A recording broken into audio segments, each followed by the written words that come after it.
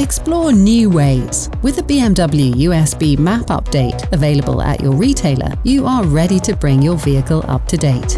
Insert the USB drive with the new map material in the USB interface port of your BMW. The control display automatically changes to the navigation update mode.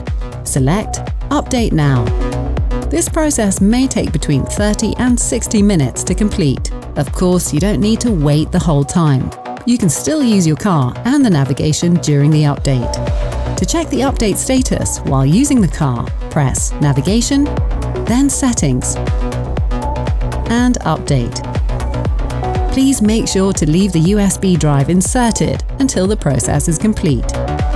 After the successful installation, the system will automatically reboot. That's it. Update complete. To check the currently installed map version, go to Navigation, select Settings, and Update. Continue watching our how-to series to get the most out of your BMW.